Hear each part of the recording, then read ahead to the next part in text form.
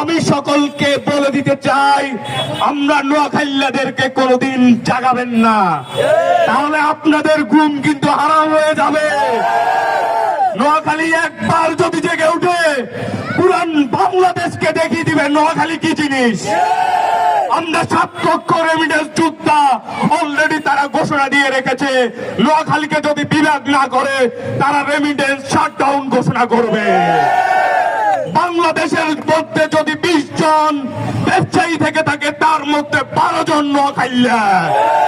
তারা যদি তাদের ব্যবসা বন্ধ করে দেয়, পুরো বাংলাদেশ অচল হয়ে যাবে। তো আমি বাংলাদেশের সমস্ত মানুষকে বলে দিতে চাই, নোয়াখালী বিভাগ চাই। এই প্রশ্নে আমরা কারো সাথে আপোষ করব না। যেই আমাদের বিরুদ্ধে আসে আমরা তার বিরুদ্ধে দাঁড়িয়ে যাব। যদি রক্ত লাগে রক্ত দেব, নোয়াখালী বিভাগ করব। আপনারা সবাই ভালো থাকবেন। সেই সাথে নোয়াখালী এনার্জনের পক্ষ থেকে আপনাদেরকে সবাইকে জানাই শুভেচ্ছা অভিনন্দন। যারা আজকে বাইক র্যালিতে আহত হয়েছে তাদের জন্য সমবেদনা।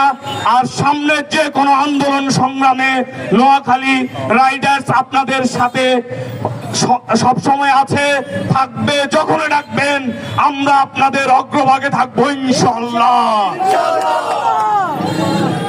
আজকের মতো এখানে আমরা শেষ করে দেব। আপনারা আমাদের এখন সমাপনী বক্তব্য রাখবেন নোয়াখালী এনার্জেডের অ্যাডমিন ফাউন্ডার